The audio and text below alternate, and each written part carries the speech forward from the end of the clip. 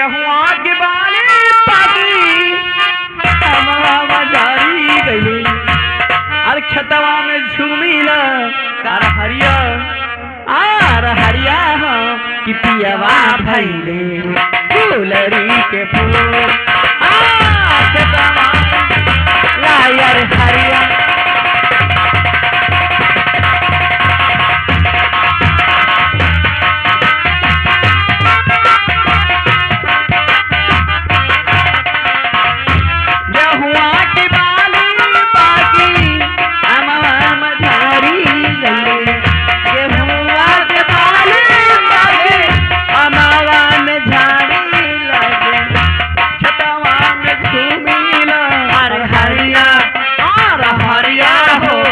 पियवा भैले गुलरी के फूल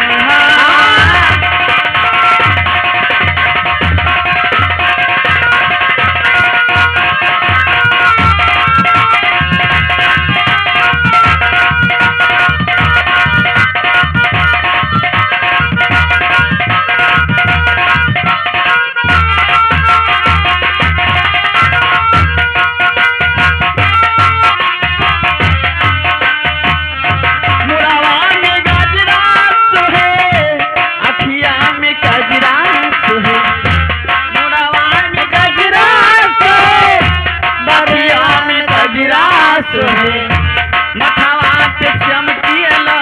बिंदियावा हो कि पियवा भैले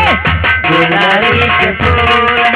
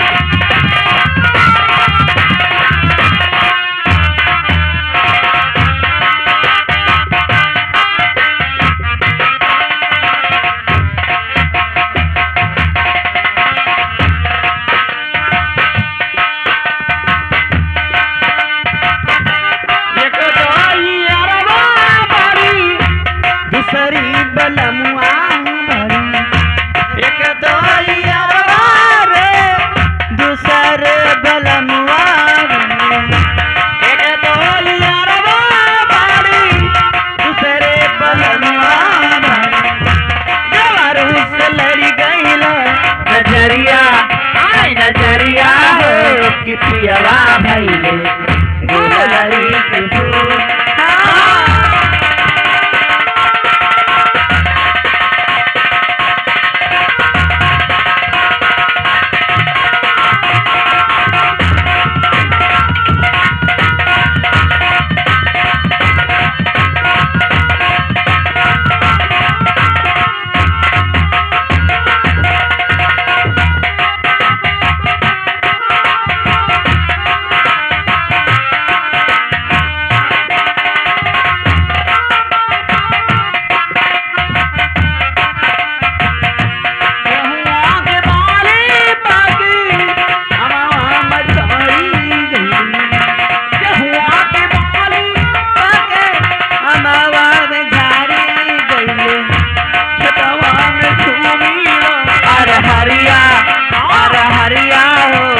पियवा भैले